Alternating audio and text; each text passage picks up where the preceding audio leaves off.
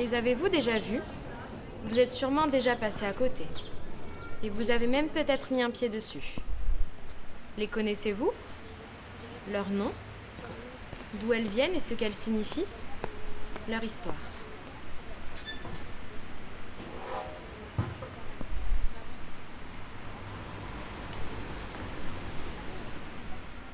Les Stolpersteine ont été créés dans les années 90 par l'artiste berlinois Günther Demnig. Il a posé des Stolpersteine dans toute l'Europe. Déjà le nom Stolperstein, ça veut dire Stolpern, trébucher en allemand, et Steine c'est la pierre, donc littéralement on l'a traduit sur pierre sur laquelle on trébuche. Et donc les Stolperstein, ce sont des pavés constitués de béton et de métal. Donc c'est un pavé qui est recouvert d'une plaque de laiton sur lesquels sont inscrits le nom et une toute petite partie de la biographie d'une personne victime du national-socialisme.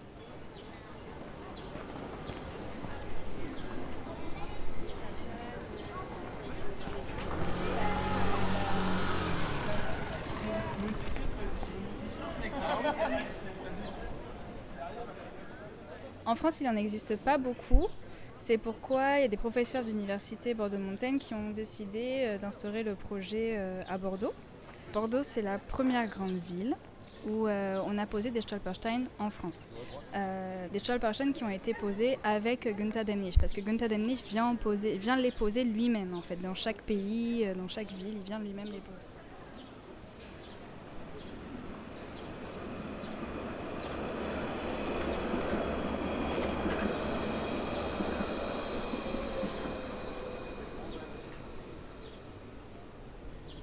Alors à partir de 2016, on a commencé des recherches aux archives départementales de la Gironde. Mais oui, ça a été un travail de 1 an de recherche. Et moi, j'ai travaillé particulièrement sur la famille juive qui a vécu aux 4 places Saint-Pierre. Et donc, nous avons posé des Stolpersteine devant leur lieu d'habitation, dans lesquels ils ont vécu un peu moins d'1 an, entre 39 et 40. Parce que l'on veut honorer la vie de la personne et pas toujours ramener la personne à sa mort, en fait. C'est pour ça qu'on ne met pas de plaque, c'est pour ça qu'on ne ramène pas à un monument aux morts, etc. On veut faire voir où est-ce qu'elle habitait, où est-ce qu'elle vivait. C'est aussi un projet d'identification en fait, à la victime.